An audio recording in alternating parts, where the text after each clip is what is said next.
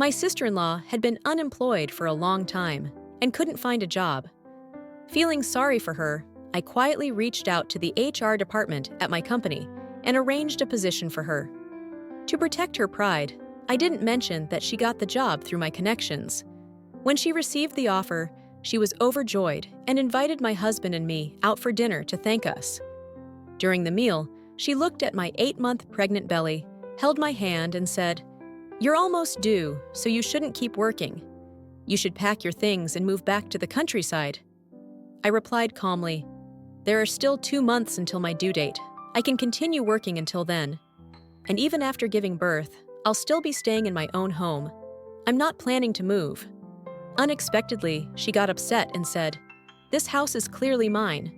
You only stayed here before because I was away for college. Now that I have a job, you shouldn't keep occupying it." I was stunned. This house was something I bought before I got married. When did it suddenly become hers? I figured maybe she'd studied too much and was confused, so I patiently explained, "Sarah, I bought this house before I married your brother. My name is on the deed. How could it possibly be yours?" But Sarah just scoffed and said coldly, "Whether it's yours or his, once you marry my brother, everything that's yours becomes his. When you two got married, he promised to give this house to me." I had no idea Michael had ever made such a promise. Feeling the anger rise inside me, I turned to look at my husband, who had been sitting quietly next to me. Michael gently ladled some chicken soup and placed the bowl in front of me. "Emily, Sarah's a girl, and I worry about her living alone. And once you give birth, you'll need someone to take care of you. I'm busy and won't have time. Why don't you quit your job and stay with my parents in the countryside for a while? That way, they can help take care of you too." My heart sank. I suddenly remembered how he once told me that the person he cared for most in the family was his younger sister. I thought it was just the affection of an older brother. I didn't expect it to go so far that he'd neglect his own wife for her. Seeing me remain silent, Sarah pressed on. "Don't be so ungrateful. When you two got married, my brother gave you $10,000 as a wedding gift. That was to make up for the cost of the house. Honestly, traditional dowries are outdated. He shouldn't have given you a penny back then." I couldn't help but laugh. "Sarah, you think $10,000 is enough to buy a house in the center of New York City? That's some impressive budgeting. And don't forget, right after your brother and I registered our marriage, you clung to him asking for $20,000 for your travel fund. Half of that came from the very $10,000 you mentioned." Michael's face turned pale. Clearly, he hadn't expected me to say that out loud in front of his precious little sister. My sister-in-law snapped like a cat whose tail had just been stepped on. She jabbed her finger at my nose and shouted, "You filthy woman! You're eating and living in our house, so you better follow our rules. Don't forget, you're a stranger in this city, no family here. If you cross my family, let's see how long you last." Hearing that, even Michael's expression darkened a little. He scolded her, "Sarah? Is that how you talk to your sister-in-law?" But Sarah only grew bolder. "Why not? She's not family. What right does she have to take my house? I only let her stay because of you. Who knew she'd try to pull some kind of power move and take over?" "Sarah, what are you saying?" Michael finally lost his temper. "Am I wrong?" she said shamelessly. "I'm going to work at a major company soon. Meanwhile, your pregnant wife can't even work anymore. Eventually, her company will let her go, and she'll have to pack up and head back to her hometown. Isn't that what's going to happen?" Instead of stopping her, Michael just sighed and softly said to me, "Emily, don't take it to heart. Sarah's just being honest." Honest? A foul-mouthed brat trying to kick a pregnant woman out of her own home? And you call that honesty? Well, it seemed like Sarah no longer needed that job I helped her get. I didn't want to argue anymore. I shot back, "This house is mine. Don't even think about touching it," then stood up and walked out, ignoring her shrieking behind me. As soon as I got home and sat down, the doorbell rang. I opened the door and found my mother-in-law standing there, smiling sweetly like she was on some kind of stage. Clearly, the family had decided to confront me together. "Emily," she began, "you're about to give birth." I'm here to take you home. Please inform your boss and start packing. Come stay in the countryside with us for a while." Before I could say anything, Sarah shoved past her and stormed straight into my bedroom. "What are you doing?" I yelled, starting to follow her, but my mother-in-law grabbed my arm. "What do you think? She's looking for the property deed. This house was always meant to be part of our family." My heart skipped a beat. How did Sarah know where I kept the deed? Did Michael tell her? Before I could figure it out, she came striding out of the bedroom, holding the deed in her hands. I shoved off my mother-in-law's grip and lunged forward to take it back. But Sarah clutched it to her chest and flung herself dramatically onto the floor, wailing, "Someone help! My pregnant sister-in-law is bullying me. She's trying to steal my house. Just because I'm a recent college grad, she thinks she can push me around." At that very moment, Michael walked in. Seeing the chaos, he immediately stepped between us. "Emily, calm down." I glared at him. "Your sister ransacked my house and took my documents, and you're telling me to calm down?" "She's still young, Emily. Don't take it so seriously." I trembled with anger. "She's 22, and even if she were younger, this is my house. What gives her the right to try and take it from me?" Sarah only screamed louder, playing the victim like she always does. "What do you mean your house? Once you marry into our family, you're part of our family." My mother-in-law added fuel to the fire. "That's right, Emily," she said. "There's something wrong with your thinking. We're family. Why are you trying to separate what's yours and what's ours?" I felt my blood pressure spike. Even the baby inside me seemed to be protesting. Waves of nausea surged up my throat. "I'm telling you all right now, this house isn't up for grabs. Give me back the deed and get the hell out of my house." Instead of getting up, Sarah flopped dramatically on the floor, screaming louder. "Everyone come look! This woman's trying to kick us out. My brother bought this house for me, and now she's trying to take it just because she married him." The commotion had drawn several neighbors out into the hallway, whispering and pointing at me as they watched from outside. Seeing this, Michael crouched down and tried to soothe his sister. "Sarah, don't cry anymore, okay? Your eyes are already swollen." Then he turned to me and said, "Emily, there's no need to say such harsh things." My heart went cold. So he could feel sorry for his sister wailing on the floor, but not for his pregnant wife, pushed to this breaking point? I let out a bitter laugh. "Fine. Michael, go get the deed right now. If you don't, I'll have security here tomorrow to kick your entire family out." I turned and slammed the bedroom door shut, locking it from the inside. Immediately, the shouting and banging started again outside. "You disgusting woman! You've turned my brother against me!" Sarah screamed. My mother-in-law pounded on the door repeatedly. "Emily, open the door so we can talk like adults!" Bam! Bam! Bam! The banging echoed in my skull like a drum. "Emily, open the door. Let's discuss this again," Michael said, knocking more gently. I put on my headphones, curled up in bed, and cradled my belly, which throbbed with a dull ache. I wasn't sure if it was from the stress or something more serious. Eventually, everything went silent. But the chaos of the day had solidified one thing in my mind. I would go to work tomorrow and tell HR to withdraw Sarah's job offer. That night, my body exhausted, I fell into a deep sleep. The next morning, I was jolted awake by the deafening sound of drilling. I heard Sarah's voice outside the door and felt a sinking feeling in my chest. What now? When I opened the door, I stood in stunned silence. Sarah had brought a locksmith. She was changing the locks to my house. "What do you think you're doing? You can't change the locks without the homeowner's consent. That's illegal!" I stormed forward to stop them. The locksmith paused, turned to Sarah, and asked, "Miss, didn't you say you were the owner of this property?" Before she could answer, my mother-in-law, who had been lounging on the couch watching TV, suddenly stood up and blocked me. "We are the rightful owners," she said, shoving me aside. "Don't make a scene over nothing." The sudden shove slammed me into the wall, and a sharp pain immediately shot through my belly. "Michael!" I clutched my stomach, my voice trembling. "It hurts! The baby!" Michael rushed out from the kitchen. Seeing me in that state, he turned angrily to his mother.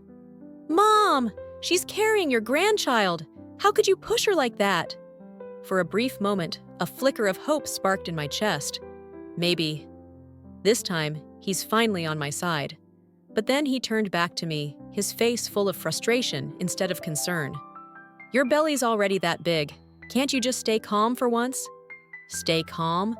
All I had done was try to protect my own house, yet he expected me to be obedient? I stared at Michael, and in my mind, the vows from our wedding echoed back word for word. So all those promises, once his mother and sister were involved, meant absolutely nothing. While we were still talking, the locksmith had already finished installing the new lock. Sarah held up the new keys proudly, twirling them on her finger. "See this? This house is mine now. Without my permission, you'll never set foot inside again. If you're smart, you'll quit your job and move back to the countryside with my mom. There'll be people to take care of you there. You'll be more comfortable. But if you don't, I'll have my brother tie you up and drag you back. You'll disappear from work without explanation, and then the company will fire you anyway." My mother-in-law stood next to her, glaring at me. "Emily, none of this would have happened if you hadn't made such a scene. Now we've had to waste money changing the locks because of you." I leaned against the wall, waves of pain pulsing from my belly. I wondered, could the child inside me feel how hopeless their mother felt in this moment? I looked at the three of them standing in front of me, and all at once let out a cold laugh. "Word by word," I said icily. "Fine. I'll go resign right now." Sarah's eyes lit up, clearly surprised I agreed so quickly. Michael hesitated, his expression showing a trace of doubt. "Emily, don't be rash." "Rash?" I cut him off, my voice shaking with fury. "I'm a pregnant woman who just got shoved into a wall, almost lost our baby, and you're telling me I'm being rash? Michael, you just stood there and watched your mother and sister gang up on your wife. What kind of man does that make you?" Sarah sneered. "Drop the act already. You're going to end up as a full-time housewife anyway. If my brother says go east, are you even allowed to go west?" My mother-in-law chimed in, pleased. "Exactly. That's how it should be.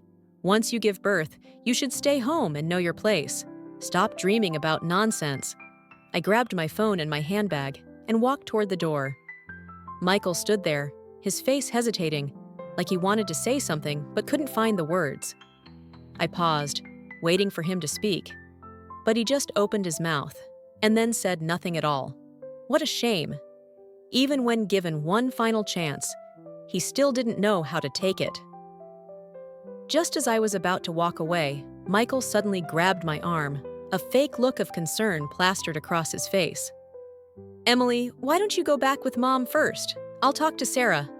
Before I could shake his hand off, Sarah lunged forward, yanked my handbag from me, and violently unzipped it, dumping all its contents onto the floor. She picked up my bank card, her face twisted with hatred. "Still out here spending money on food and drinks while you're supposedly jobless? What a waste. Every penny you have belongs to our family. Without my brother's permission, you're not spending a single dime." Then, without warning, she stomped hard on my phone. Crack! The screen shattered. "If you're not working, what do you need a phone for anyway? From now on, Mom will give you a monthly allowance. 100 is more than enough for you." I turned to look at Michael. He didn't say a word, just looked away, refusing to meet my eyes. In that moment, whatever final warmth I had for him disappeared. The three of them pushed me out of the apartment and slammed the door shut in my face. I stood in the hallway, listening to them cheer and laugh behind the door.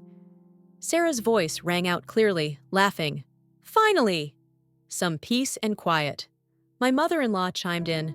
"Michael, you see how your wife turned out? It's because you spoiled her too much. Once she goes back to the countryside with me, I'll teach her what it means to be a real daughter-in-law." Only Michael's voice carried a hint of hesitation. "Wasn't that a bit much?" "What do you mean a bit much?" Sarah snapped. She needed to be put in her place. I leaned against the wall, pain radiating from my belly. My baby. "I'm so sorry," I whispered silently. "You haven't even entered this world yet, and you're already being dragged through pain and shame." The elevator opened. I stumbled inside. By the time I reached the lobby, the cold morning wind cut through me. I hugged myself tightly. No phone, no cash. A heavily pregnant woman like me couldn't possibly walk all the way to my company. But even then, just getting her fired wouldn't be enough to release this fire burning inside me. Suddenly, I remembered something. My older brother had mentioned a few days ago that he'd be visiting New York for work. I rushed toward the residential gate and spotted a small convenience store. The woman who ran it, probably in her 50s, had witnessed everything that happened yesterday. As soon as she saw me, she let out a long sigh. "Oh, sweetheart, poor girl. I don't mean to be nosy, but that family is seriously messed up. Total lunatics." She gave me a sympathetic look and continued, "You know, once a woman gets pregnant, that's when a man's true nature comes out. Honestly, if your belly wasn't already that big, I'd tell you to dump that baby and file for divorce." I was stunned. How could someone older than me see the truth so clearly? I nodded weakly, my voice hoarse. "Ma'am, could I please borrow your phone? Just one call." She nodded without hesitation and pushed the phone across the counter. My hands trembled as I dialed the one number I knew by heart. The moment the call connected and I heard a familiar voice answer, I broke down crying. "Brother, they bullied me." On the other end, my brother's voice turned sharp with panic. "Emily, what happened? Where are you?" "Emily, don't cry," my brother's voice came through the phone. "Tell me who did this to you. Give me the address. I'm on my way." 30 minutes later, 5 black Rolls-Royces pulled up in front of the apartment complex. The first car bore a special license plate, VIP 88888. From it stepped my brother, Lucas Hale, dressed sharply, followed by 2 bodyguards in black suits and a man holding a leather briefcase. Lucas walked briskly to me and draped his cashmere coat over my shoulders.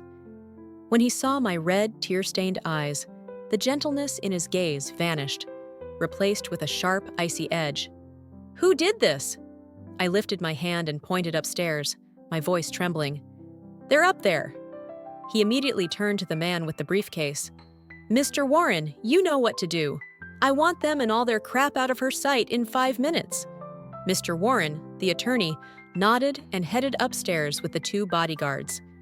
Less than 3 minutes later, the trio upstairs, Michael, his mom, and Sarah, were in the middle of discussing how they'd redecorate their new home when a loud, deliberate knock interrupted them.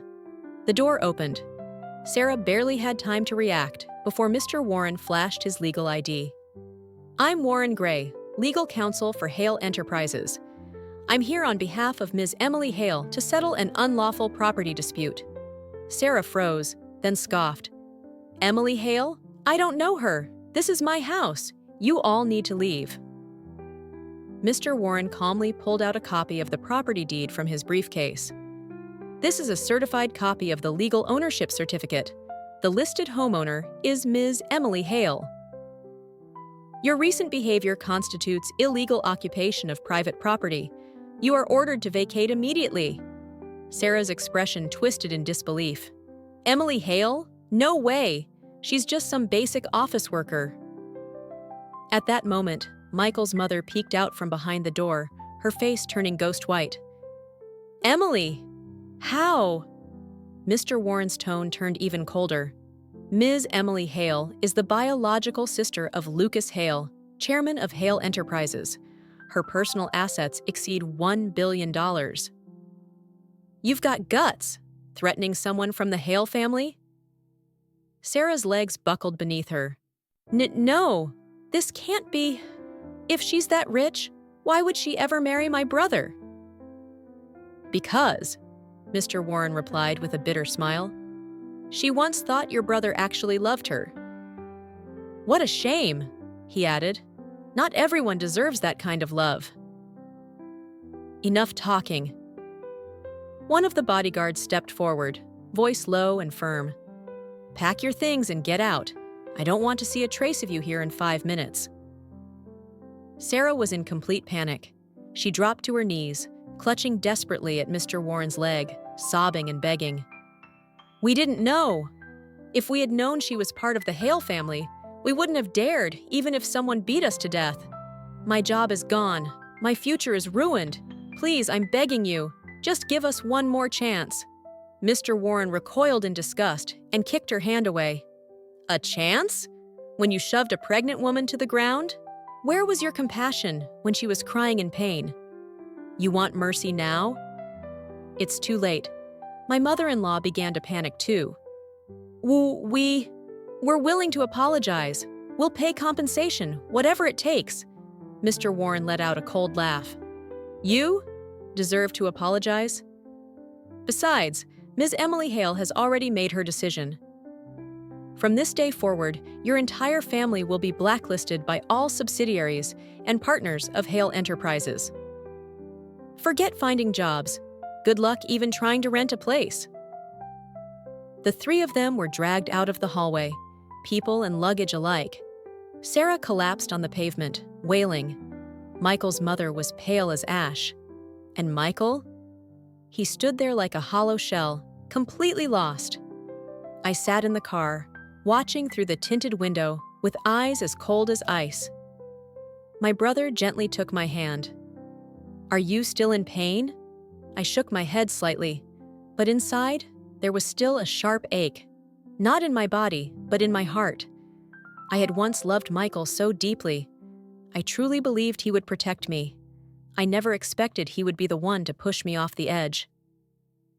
"Let's go, Lucas." As soon as the car began to move, I saw Michael burst out of the building, running after us and slamming his hand against the window. "Emily, Emily, please, just let me explain." He was crying like a child, but I would never let myself go soft again. 1 week later, I thought everything had finally come to an end. But unexpectedly, Sarah showed up again. I was in the middle of a meeting when my assistant rushed in, visibly panicked. "Ms. Hale, there's someone making a scene in the lobby. She says she's your relative." From the floor-to-ceiling office windows, I saw her. Sarah, standing in the building's main lobby, holding a giant protest sign high above her head. The sign read, "This rich woman forced a poor college student to the edge of death." She was wearing torn, dirty clothes, hair a tangled mess, completely disheveled and pitiful. Around her, a crowd of employees had already begun whispering, "What's going on?" "Isn't that Ms. Hale's sister-in-law? I heard she got kicked out of the house. She looks so miserable, and she just graduated from college, too." I gave a cold, faint smile and casually lifted my phone to start recording video. As I walked downstairs, Sarah spotted me and immediately launched into a performance.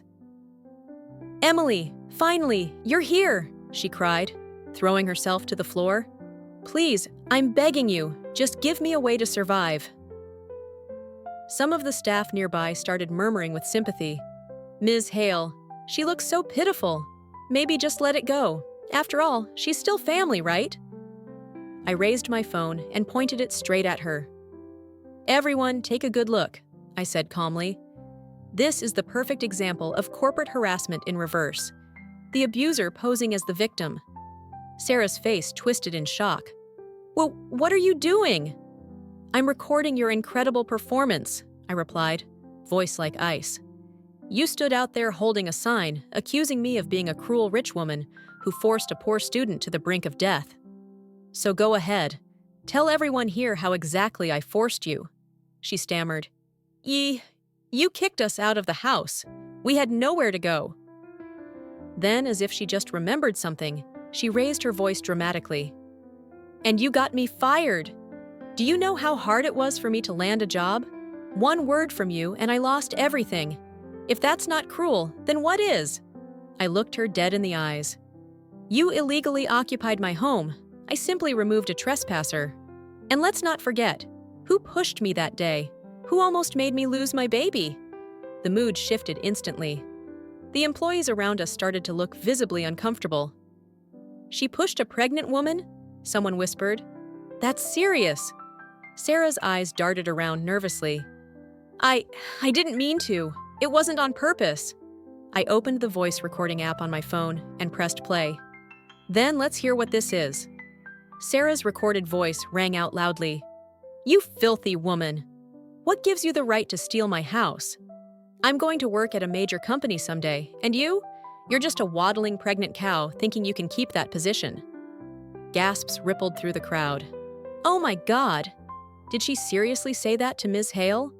Doesn't she know Ms. Hale owns the whole company? Pitiful? Please, that's just a villain pretending to be the victim. Seeing the shift in public opinion, Sarah's tone immediately softened. I was just angry that day. I didn't mean it. I let out a faint, bitter chuckle. Didn't you once say this company would get rid of me soon anyway? So, who's unemployed now? I said calmly. As for your job, I paused, then continued. It was me who arranged it in the first place. So now that I'm withdrawing it, how is that wrong? I scanned the room and raised my voice slightly. But do you all want to know why she couldn't get a job before? Everyone nodded instinctively. I took out a thick stack of documents and held them up. This is a background investigation report. Would you like me to read it out loud? Sarah Miller, 22 years old, graduated from a third-tier university, failed 7 courses and only passed after retakes, fired from her internship due to laziness. The recommendation letter on her resume? Completely forged. Her English certificate? A Photoshop fake. Same with her computer skills certification. Gasps echoed throughout the office. Oh my God, she's that fake? She faked her entire resume and still has the nerve to cause a scene? Honestly, no wonder she can't get hired. Sarah froze, then suddenly tried to run, but security had already blocked the exit. Ms. Hale, one of the guards asked, how would you like us to proceed? I looked at her, disheveled, pathetic, and felt absolutely nothing. Call the police, I said coolly. Charges, public disturbance, and defamation. Follow standard legal procedure. As they started dragging her away, she screamed in desperation. I don't accept this. You rich people always crush the poor. You'll regret this. I swear, I won't let this go. I watched her be dragged away without a flicker of emotion. People like her never learn, they never reflect, only blame the world for their own downfall. After Sarah was taken into custody for creating public disorder and slander, I finally had a few days of peace. That afternoon, my assistant knocked gently on the office door, looking awkward. Ms. Hale, Michael and his mother are downstairs at reception. They're insisting on seeing you. I raised an eyebrow and sat silent for a few seconds before nodding. Let them in. Some things need to be ended properly. A few minutes later, Michael and his mother appeared at my office door. Gone was their arrogance. Both looked worn down, their faces etched with exhaustion and desperation. The moment they stepped in, his mother collapsed to her knees with a loud thud. Emily, no, Ms. Hale. Please, I beg you, show mercy on Sarah. She's young and foolish. If she ends up with a criminal record, her entire life will be ruined. Michael's eyes were red, his voice hoarse. Emily, I know my family was wrong, horribly wrong. We failed you, and we failed our child. But Sarah, she's my only sister. Please, for the sake of what we once had, just tell the police it was all a misunderstanding. Can you do that? I leaned back in the executive chair, calmly watching their act unfold. Forgive her? I spoke at last, my voice as cold as stone. No. She was arrested by the law, not by me, I said coldly. She brought that sign to my company, publicly defamed me, and disrupted public order. That was her decision. But, I added, with just one word from me, she could be released. Michael's mother scrambled forward, trying to grab my leg, but I stepped back without hesitation. I turned to Michael, my voice calm but sharp. You want me to forgive her because of old feelings? Then let me ask you, when your entire family threw a pregnant woman out onto the street, did any of you think about those old feelings? When your sister screamed at me, called me an outsider, and caused me to nearly lose my baby, did she think of me as her sister-in-law? When all of you illegally changed the locks to my house, did a single one of you pause to consider how I might feel? Each sentence was like a dagger, slicing through the air. Michael's face turned pale. He couldn't utter a single word. Michael's mother kept sobbing. We were blinded by anger. We know we were wrong. We're willing to bow at your feet, Ms. Hale. Just please let Sarah go. We'll do anything you ask. I let out a cold, mirthless laugh. Fine then. Go to the police station and confess. Tell them everything. How you conspired to illegally occupy my property. How you assaulted a pregnant woman. Can you do that? Their expressions changed instantly. Silence. I stood and walked slowly toward them, towering over them as I looked down. See?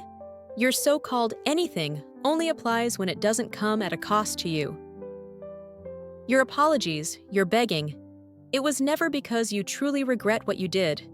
It's because you're scared of the consequences. Sarah's future was ruined by her own choices. From the moment she forged documents to land a job, to the day she humiliated family, broke the law, and slandered me, every single step was her decision. I will not withdraw the charges. I will not plead for her. She must take responsibility for her actions. I spoke each word with complete clarity. That is the final and the best lesson I can give her. You cruel woman! Michael's mother, realizing begging no longer worked, suddenly turned venomous, her face twisted with rage. You want to destroy our entire family? You'll never die in peace. I didn't bother to respond. 2 security guards entered, swiftly escorting her, and a dazed Michael out of my office. The room finally fell silent again. I walked over to the window and looked down at the 2 pitiful figures stumbling away in defeat. Strangely, I felt peaceful. I knew the grudge between us had finally come to an end, but I also knew desperation like theirs can turn into something darker. 2 months later, I gave birth to a healthy baby girl. I lay in a private hospital suite, my brother and Mr. Warren at my side. 2 bodyguards stood guard outside the door. I knew one thing for sure. The Miller family wouldn't give up so easily.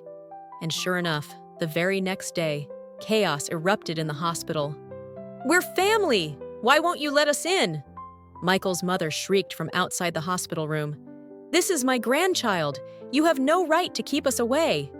My brother frowned and said calmly to the bodyguards, Handle it! But before they could move, Michael's voice rang out from the hallway, urgent and pleading. Emily, I know you're in there. Please, just let me see the baby. Just once. That's all I ask. I looked down at my daughter, sleeping peacefully in my arms. My heart was ice cold.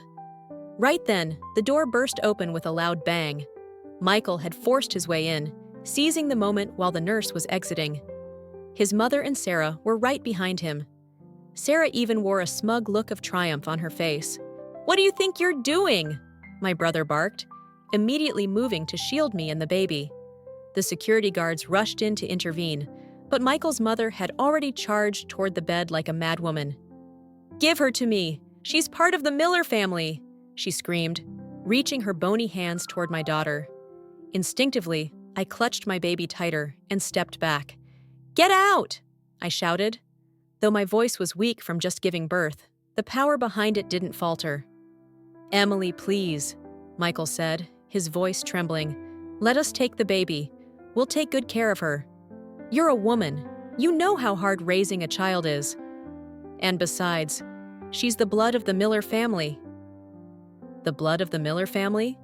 I let out a cold, bitter laugh. Do you think you're worthy? When you threw a pregnant woman out of your home, did you think about her being part of your bloodline?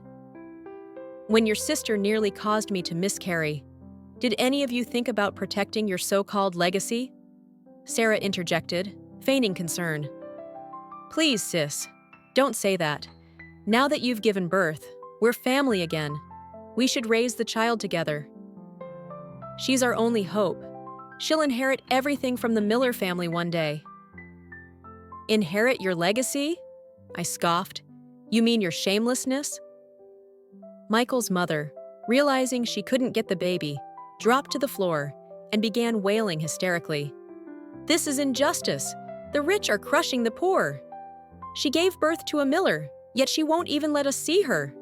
The shouting drew other patients and families from the hallway, who crowded around to watch the scene unfold. Even Michael started to look embarrassed, but he still tried to justify himself. "Emily, you have to come with us. You're a Hale. You'll remarry one day. But the Miller family, we need an heir." "An heir?" A calm voice cut in. Mr. Warren, my attorney, stepped forward with a file in hand. "I'm afraid you're mistaken. According to the divorce agreement between Ms. Emily Hale and Mr. Michael Miller, full custody of the child is granted to Ms. Hale. The Miller family holds no legal rights. In fact, Mr. Miller voluntarily relinquished all visitation and guardianship rights." "What?" Michael went pale. "When did I sign that?" "The day you signed the divorce papers," Mr. Warren said coldly. "That clause is clearly stated in the addendum, black and white," Mr. Warren said calmly. Michael snatched the document, and upon seeing his own signature, turned as pale as a sheet. His mother stood frozen in disbelief, glaring at her son. "You ungrateful boy! How could you sign something like this?" I didn't know," Michael muttered. Mr. Warren's expression remained cold. "Now, kindly leave the premises immediately. If you don't, we'll be forced to call the police and report attempted child abduction. That charge can carry up to 10 years in prison." "Child abduction?" Michael's mother went completely silent. She had only intended to take her grandchild, not realizing she was stepping into criminal territory. Even Sarah looked horrified, her face drained of all color. While they hesitated, my brother spoke in an icy tone. "Mr. Warren, call the police. I've had enough of these people. Let them finally pay for their greed and stupidity." The police arrived swiftly. Watching all 3 Millers being escorted away by law enforcement on charges of attempted child abduction, I didn't feel the slightest trace of pity. From the very beginning, it was never about love for the baby. It was about what the baby could bring them. I looked down and kissed my daughter gently on her forehead. "Don't worry, sweetheart. Mommy's right here." Thanks to the hospital's security footage and the official divorce agreement provided by Mr. Warren, their guilt was quickly confirmed. In the end, Michael's mother was sentenced to 5 years in prison as the instigator. Michael received 3 years, and Sarah 2 years as accomplices. A pathetic farce finally ended with the entire Miller family behind bars. Holding my baby girl in my arms, I looked out the hospital window, basking in the morning light. My heart overflowed with hope. Everyone who had ever hurt me had now paid the price, and I, at last, could embrace a new future, just me and my daughter. I named her Anne Hale. May her life be filled with peace, joy, and serenity. The warm mid-morning sunlight poured through the glass, gentle and golden. My brother entered the room, arms full of brand new toys, fumbling to make baby Anne giggle. As I watched this heartwarming scene unfold, a soft smile spread across my lips. Michael and his family had long since become a turned page in a closed chapter, nothing more than a faint shadow in my past. From now on, my world would be made only of sunlight, strength, and the pure, innocent laughter of Anne Hale. That was my new life, and the most beautiful gift I could ever give my daughter.